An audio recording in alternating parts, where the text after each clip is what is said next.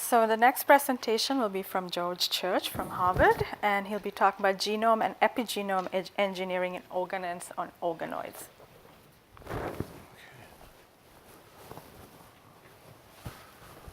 So, conflict of interest slide. We are interested in lowering costs radically of everything. We've already done 10 million-fold on your genome, and that's not enough. We're still, in fact, hopefully this year we're going to transition from it being less than $1,000 that you have to pay to we're going to pay you $500. And if anybody's interested about that business model, just let me know. And it's due to multiplexing, and we're trying to get multiplexing to extend now from reading and writing DNA to in situ and developmental biology, and that's what we're talking about here today. We do all of this in the context of properly consented, highly well-consented cells, stem cells, and other cells that are combined with deep phenotyping of the person, an actual person, thousands of volunteers from multiple countries here at the bottom line. And they're used, and since they're one of the few cell lines that's actually got all these resources, they've been used by the NIST and the FDA for standards development. They've been used by they're the only thing in the ENCODE project that I know of where you have isogenic, multi-differentiated cells in pure form, and they're used for genome interpretation. So I'm one of the guinea pigs because it's ethical for my students to experiment on me and not vice versa. Those are slices of my brain 9 years ago. They're obviously virtual slices, not real slices. And then this is my brain a couple of days ago. You can see that the MRI gets rid of my hair and beard. But I'm just going to show you, these slides are available. But these are a bunch of references on different topics. So we read genomes, including the three-dimensional structure. I'll show you that in a moment. We write genomes. In fact, the first demonstration of CRISPR in human stem cells was done with the cells that I'm talking about here today by Prashant Mali and Luhan Yang. And we've done many things since then. We measure RNA at not just the single cell level, but at subcellular super resolution level. And you'll see more of that. And we are both providers and consumers of the Human Cell Atlas. That is to say, we use our super resolution or our in situ methods to get at single cell data, and then we use it to come up with recipes for making any cell, basically any cell you want, and you'll see that. So what is this for? What do we use our organoids for? There's a lot of things you can use them for. One of them is for testing new drugs or finding out what a variant unknown significance is. So if you have your genome sequence, there's a bunch of alarming things in there. We want to know what cause and effect. And we can do this with an N of 1. We do not need big cohorts. Here's a single child with this particular cardiomyopathy. We used editing to change one base pair, actually as many base pairs we have candidates for. And then, so we genetically engineer it. I mean, this is not news to this particular meeting. And we epigenetically change it. Speaking of cardiomyocytes, we changed it into, since this is a cardiomyopathy, we made these highly ordered sarcomere organization. These things spontaneously beat. For some reason, I didn't include the video on this one, but they beat, you change one base pair, one G in the TAS gene on the X chromosome in these male cells, and it completely disorders the morphology. It messes up the mitochondria and the biochemistry in exactly the same way as the baby that you saw on the previous slide. Now, of course, that baby and me differ by 3 million base pairs. These are my cells, by the way, isogenic. We have simulated the cardiomyopathy with one base pair change. So that's cause and effect, and that's what we want. Now, we do a lot of things with CRISPR. I'll show you lots of good things about it. There are a bunch of things that are wrong with it. We won't belabor the point. I just want to say that I said so. And here's an example of a really amazing thing that you can do without CRISPR that is sort of like what CRISPR would like to be if it grew up. So we've made 321 changes, completely changing many functionalities of a genome. And now we've gone on, we're almost done making 62,000 changes. We're changing the codons, and this has the very profound effect that we think we can make any cell or any organism resistant to all viruses in the world with one simple concept, which is changing the codons. And we've done this already for that 321 change genome. We made it resistant to 4 out of 6 viruses, and we think the 62,000 will be overkill and we'll get every single virus. And then we're moving on to bigger genomes. This is a human genome. This is a codon table of all the codons in the human genome. And you can see that the minimum number you have to change is 4,000, and the next one up is 82,000, and so on. So you need to be able to make a lot of changes simultaneously. And I'll tell you in a moment what the challenge there is. But first, I want to set it up with, you know that one of the big payoffs already that we're seeing for the editing methods, and I don't just mean CRISPR, zinc fingers, talons, and CRISPR have all been used to make CAR T cells more compatible, so-called universal transplantation there. For the first time in the history of transplantation, we can now transfer from any person to any person. So the CAR T part of it is just transgenic, but behind the scenes, we're making multiple engineerings like HLA-E replacing the histocompatibility, knocking out the T cell receptor and so forth, so that we can make T cells that will target, in principle, any cancer. The first successes were in B cell leukemia and lymphomas. And here's one of the first patients that was cured with a CAR T. Again, zinc finger, talon, and CRISPR. But to generalize that further, not just going from allogeneic person to person, but xenotransplants from animals to humans. This has been a dream for 20 years. About $2 billion was spent on it. It was dropped because there were so many things that had to be changed. In particular, the endogenous retroviruses struck everybody as a problem because you have these immune suppressed individuals that are getting organs, and every organ from every pig in the world is producing retroviruses, and they do infect human cells. We and others have shown that, and so you would want to get rid of those. And when we took this on in 2015, it seemed daunting because the largest number of edits we had made were 2 genes at once, and this was 62 genes at once. But we did it anyway, and it turned out it was embarrassingly easy. It was 14 days in the incubator with a couple of days of PCR, and then we had it edited. We did it all over again in a different cell line so that we could do somatic cell nuclear transfer cloning. We did that, and we got healthy pigs in 2017, and now they're reproducing, and we're starting non-human primate preclinical tests on the transplants. Now, the point of that was we did manage to get 62 out of 62 and later 25 out of 25. And so in this big table of all the classes of repetitive elements that we're engineering, and we are in the process of engineering every one of these classes of repetitive elements, some of which haven't even been sequenced yet. And one of the prerequisites for editing that I strongly recommend is that you have read the document that you're editing. If you can't read the genome, it's hard to edit it. But anyway, we are boldly going into regions of the genome that have not yet been read yet. But anyway, how easy it was to do the endogenous retroviruses, or ERVs, made us bold to try these other things. So here's an example of one of the line elements. We have 20,000 in this particular family, of which we've mutated 10,000 in one experiment. It unfortunately was not stable. We went on, and that's because I'm sure you all know this. It was in the news recently that not only is CRISPR or any double-strand break toxic, and it messes up the p53 pathway, but it turns out even the deaminases. So deaminases are a way that you can change a C to a T or an A to a G. Even those, the way they're currently practiced at least, are fairly toxic.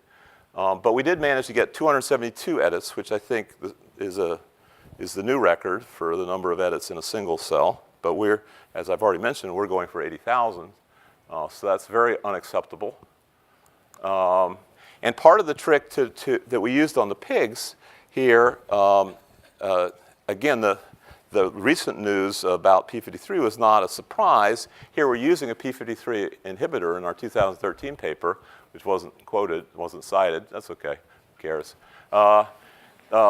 and basic fibroblast growth factor, which basically went from almost none of the cells being what we wanted, where we wanted to knock out all of the endogenous retrovirus at once, to essentially all of them being what we wanted, 100% on the far right side there, both before and after single-cell cloning.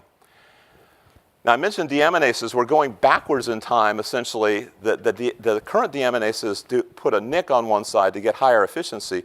We got plenty of efficiency. We could get lots of these repeats. So we're going back to our tau deaminases, which was, we did tau, not to be perverse that we didn't want to do CRISPR. It's that CRISPR didn't exist in 2009 when Luhan Yang, who was one of the co-inventors of CRISPR, invented this tau deaminase. And then since then, we had really beautiful work from David Liu's lab, a colleague of mine at Harvard and Broad. So why organoids? Don't need to tell this crowd. Disease modeling, variants, unknown significance. I already gave an example with cardiomyocytes. But we also, in addition to transplants, one of the things that excites me about making organs and organoids is the possibility of having enhanced organs. And it's very hard to get the FDA to approve enhancement of healthy human beings. But if you're transferring, I don't know why. Anyway, you know, on the other hand, if you're transferring an organ, you want that to be the best possible organ. You don't want that organ to succumb to hepatitis when you put it into put a fresh liver into a hepatitis patient. So it turns out a lot of the organs we deal with are already resistant to a number of human pathogens. And I described a way that we think we can make any organism resistant to every virus. But we'd also make them cancer-resistant, senescence-resistant, immune-compatible, and even cryopreservable. And here's 3 examples of 3 animals where every organ in their body, the entire body, survives freezing every year. So the way that we reprogram, and this is a paper it's now submitted and for publication, and the entire collection library is available through Adgene and other organizations soon. It's about 1,700 open reading frames from human transcription factors, including alternative splice forms. Every single thing that could possibly be a transcription factor is in this library. So it's the first comprehensive one for human, and it was actually pretty far from comprehensive when we started. I remember when, in the early days of the Genome Project, the cDNAs were considered the shortcut to doing the genome, and it's just very funny to think of how far we are from getting cDNAs, even for a single category of genes. It was no shortcut. But anyway, Alex and Peristu are the postdocs that have been doing a lot of this work, and we have it in a gateway-compatible AAV lentivirus piggyback. And we can, here's 2 examples of, in separate wells, these human-induced pluripotent stem cells, these are from my body, differentiating on the left into endothelial cells, and on the right into a particular type of bipolar excitatory neurons with exactly one axon, one dendrite. And we would like to do these not in separate vessels, which many of the recipes have them mesh with the media, and so you have to do it in separate vessels because you put them together, there's no media that works for both. We want to be able to do it in a combined, and not just 2 cell types, but however many cell types. Some of them will spontaneously form multiple cell types, but still not all of the cell types you want. So the famous cerebral organoids that Lancaster and co-workers worked out were missing some pretty significant cell types, like endothelium. You need it without capillaries. You're limited to about 0.5 millimeter, and the internal part goes necrotic because of lack of exchange. So we set getting endothelial cells as pretty high priority, and you can't just throw them in because they will separate out. That they have to co-differentiate, and that means that they have to be. The state has to be dictated from within, not from the cell media, or at least that's the way we've conveniently thought about it. And so when they each have their own transcription factors, you can mix them in whatever ratio you want. And they not only interdigitate, but they form structures which are natural. So these these red lines here you see, that's staining with VE cadherin, and those are capillaries, as I'll show in the next slide, and they're mixed in with the blue neurons. So you can see here, they're very nicely mixed in, and for those of you who know the brain, know that there's almost one capillary per neuron in the brain, so you have 86 billion neurons and about a similar number of capillaries. A surprising number, and they take up surprisingly little space. Here's one of these. So these differentiate simultaneously together, and there's an EM showing the endothelial cells, a thin layer wrapping around a 5-micron cavity in the cross-section of these capillaries. We can also wrap the axons with myelin sheaths with oligodendrocytes that also differentiate simultaneously under its own transcription factor cocktail. This is not one transcription factor, but 6 different at once that we worked out empirically by looking at the transcriptome of the target cells, in this case oligodendrocytes. We can also make astrocytes and so on. Now, we do quality control on this. We want to get them as natural as possible. This is a single cell. Each dot there was, let's give you another chance on that one. Each dot is a single RNA molecule. It's changing color but not position. That's giving us the barcode that tells us the name of each RNA. You can reorient, the computer can then recite the barcodes of every, and you have subcellular resolution. You can have even super resolution here. We can do this for RNA, DNA, and protein and lineage. I'll show you each of these in turn quickly. So that's RNA, which was what we started with. We've worked on that since 1999. Actually, the Allen Institute gave us some of our initial support for developing in situ multiplexing. This is DNA that Ting Wu's lab did in collaboration with Peng Yin's lab, both members of the Wyss Institute. Here, starting with the maternal and the paternal chromosome 19, taking one step on a multi-step walk through, you can go through as much of the genome as you want. So this is starting with just 19, take another couple of steps on the maternal and paternal 19, then add some other, so you can follow 3 chromosomes at once. These are just pieces of each of the 3 chromosomes, and you can walk through them all at once, having probes that are color-coded, false colors, and you can find your way through it. That's all. You can do all of these things at super resolution. Here's an example of a new super resolution method developed in Peng Yin's lab called DNA exchange paint. Previous one was oligo paints. This is for proteins, so we're demonstrating how we can find the synapses and find the orientation with up to 4 proteins all pointing the same vector from presynaptic to postsynaptic, which is very important to know which way the synapses are going and whether they're excitatory or inhibitory. All of this comes out because we've labeled the antibodies with oligonucleotides, so we essentially reduce a protein problem to an antibody problem to a nucleic acid problem, which we've already solved. And the super resolution is achieved by little oligonucleotides flopping on and off very quickly onto the labeled antibody. And so diffraction limited microscopy is totally unacceptable for finding the synapses. And this is Yu Wang, who's a joint graduate student of 2 labs. We also developed these so-called homing CRISPR barcodes. These are CRISPR. You can reconstruct the lineage of a mouse. So this is a mouse. This is happening in living, developing mice. Instead of doing the normal thing that CRISPR does, where you make a guide RNA and it binds to a target site, here the RNA locus itself is its own target, and so it keeps mutating and making new copies of itself.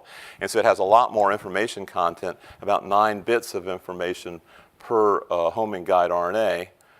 And so we've now done this where we have 100 different loci scattered all over the mouse genome. These mouse strains are available, anybody wants them, and you can literally do lineage from the single cell all the way up to the terminal adult lineages just by monitoring a subset of the 100 homing guide sequences. This is deposited in bioRxiv.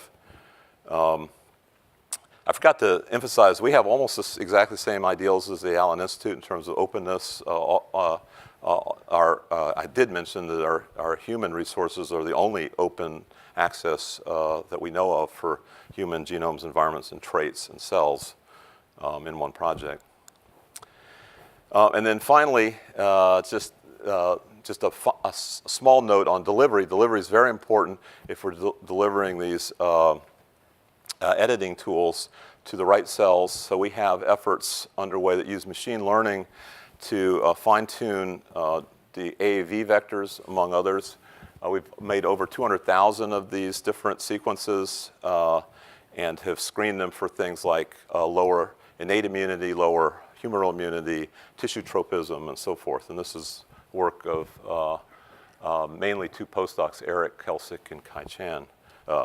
Noah has applied it to aging reversal, which is a different story. So anyway, just in summary, we have these new resources, which is fluorescent in situ methods, a whole variety of them, super resolution and wide field as well for DNA, RNA, and protein and lineage. We have this comprehensive human transcription factor library, which we think will can take you to almost any point, independent of how many stages it normally goes through and how long it normally takes to get there. We think we can take, many of ours take 4 days at 98% efficiency, not all of them. And it's open, and the IPS cells and the derivatives are being used in the ENCODE project and are available to anybody who wants them. So there's, in addition to all the postdocs and students I mentioned, these are some of the principal investigators I wanted to call out again. Jennifer Lewis helped us with the endothelial cells, and Ting Wu's lab does the DNA super resolution chromosome work. We've also published ethical aspects of this we could talk about. Period, full stop. And I actually finished early enough, there should be plenty of time for questions. Thank you.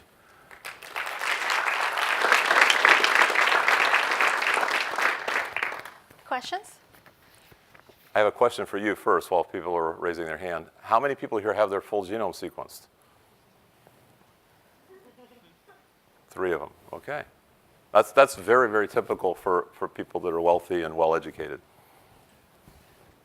And also for people that are poor and poorly educated.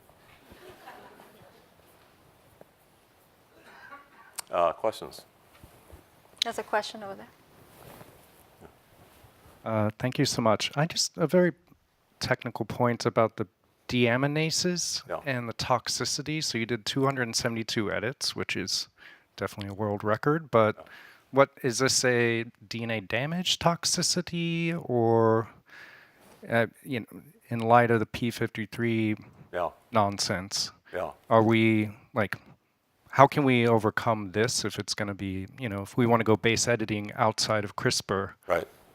So base editing at first blush seems like it's an answer, and of course we've made this a hypersensitive assay. I mean, when we're editing 20,000 sites simultaneously, that's a worst case scenario for toxicity, because the toxicity is probably the double-strand break triggering the DNA damage sensors in the p53 pathway. We already knew it was p53 since our 2015 work, where we set the previous record at 62, and that's why going forward with the pigs, we used the p53 inhibitor, but the reason that we were a little surprised at first, but immediately rationalized it for the deaminases, is the most popular deaminases involve a deaminase C to U. Deoxy-U is a target for uracilglycosidase. There is a uracilglycosidase inhibitor, but if a certain fraction of those escape from the inhibitor, then they will get cleaved. Plus, there's a cleavage on the other strand where you're trying to trick it into thinking that the mismatch, you've got a mismatch, that the other strand is wrong, the original strand is wrong. So you nick the other strand. So we basically got 1 or 2 nicks. And so I think we're ending up, but we know how to get rid of both of those. If you go the adenine deaminase route, then there's no glycosidase. And if you can, the nick doesn't really help that much. It's a factor of 3 or something like that. The other okay. I agree that the inhibiting p53 is going to be. Bruce, hold on. Sorry? Use the mic, please. So, as a tool, I think inhibiting p53 temporarily during the editing is going to be is necessary and valuable. There's so many different ways to do it, with the shRNAs or drug. In theory, I guess a drug may be the best because you almost need it instantaneously, because you're introducing it the same. I was wondering what your experience was in terms of what the best way to inhibit P53. We have only used the drug piftherin, the one that the PTF alpha is how it was abbreviated on the slide. We haven't done a comparison yet. The 2 papers just came out, use everything but that, so I haven't seen a comparison yet. But I agree. I like it's one of the few times I like small molecules. Yeah. I'm a big fan of your approach to cell type engineering, as that's been a major problem, and the better we can get at it, the better. But you claim that you can figure out how to make the cell from its active transcriptome. And we've published recently in Nature a way of unbiased screening for making neural subtypes, and also a way of using antibodies to find new pathways to make iPS cells. And interestingly, both of them unearthed a lot of transcription factor pathways that were not in the end state cell and were not in the beginning state cell, but were potentially in a transient state, or that we wouldn't have been able to find just looking at the end state. So I wondered, it seems that there are many pathways to the same cell type, so maybe you can always find one from the end state, or maybe you can't. I don't know what you think about that. Yeah, so I don't want to misrepresent this as dogma or even lab lore dogma, but let us say that we are testing the hypothesis that you can go from anywhere, from any stem cell to any point, no matter how many intermediates there are, being blissfully ignorant of all those. I'm not encouraging ignorance. I'm just saying that you can be, and hence you can go faster, and we even think that you can go to an old state, not just a mature state, but an ancient senescent state by properly mimicking the final epigenetic state. When I started this, I expected the opposite, is that we would have to understand all the intermediates and we would have to go through kind of a normal period. And I said, if we're going to be studying, Alzheimer's and other things that take 70 years, my graduate students are not going to like that kind of thesis time frame. I agree that the history is bunk might be the right quote for some of this, since states seem to be self-perpetrating. But I mean, we even found that we can use OCT4 very well with one other factor and make beautiful neurons that form synapses on their own. That is never expressed except for in the middle. It's not on in the end state. Yeah. So there may be a lot more in there. Yeah, I agree. The thing is to try. And when I say we go from the transcriptome of the target to what we want, it's not that simple. What the transcriptome gives us a limited enough space that we can do combinatorics. So we almost always do combinatorics to find the right collection of transcription factors that gives us the best approximation. And we could probably do better on every single one that we already consider pretty good with a little more fine tuning. No other questions? So thank you, Joe. Okay.